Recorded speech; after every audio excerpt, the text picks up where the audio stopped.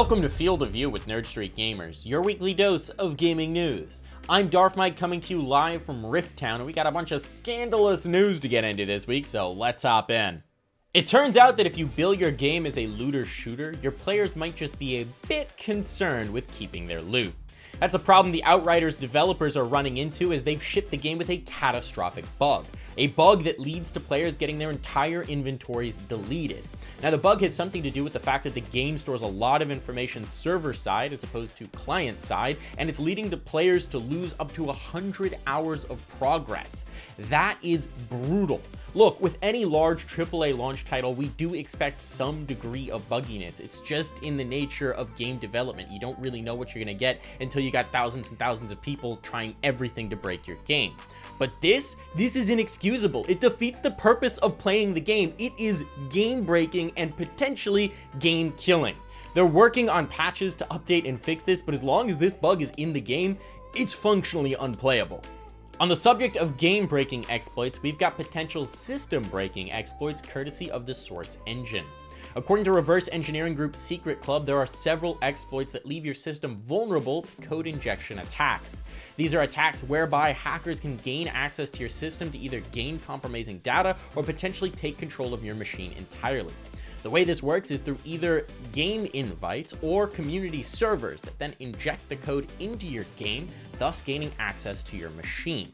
It's a massive problem, especially since Secret Club claimed they first submitted this exploit to Valve 2 years ago. And not only did Valve fail to patch the vulnerability, but they attempted to prevent Secret Club from disclosing it publicly as well. That's a huge issue that Valve will have to publicly address at some point, but in the meantime, the way you can keep yourself safe is just by being a bit more suspicious before accepting the invite to that next game.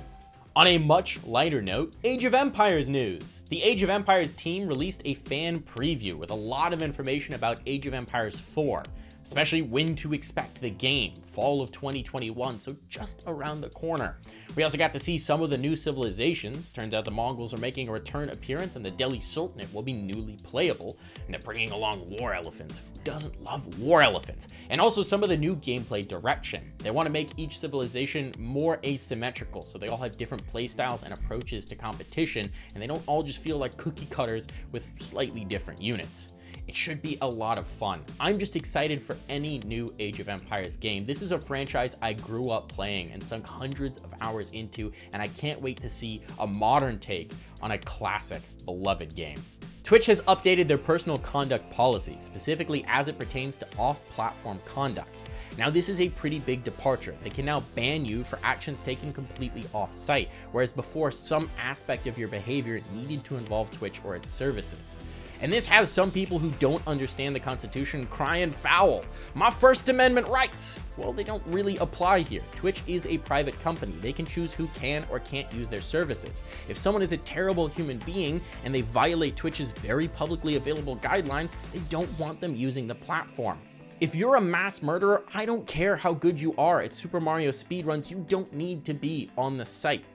Now, at some point, Twitch may abuse this new policy to unjustly ban a streamer, and if that happens, the community should absolutely create an uproar. But until it does, well, these changes just make sense.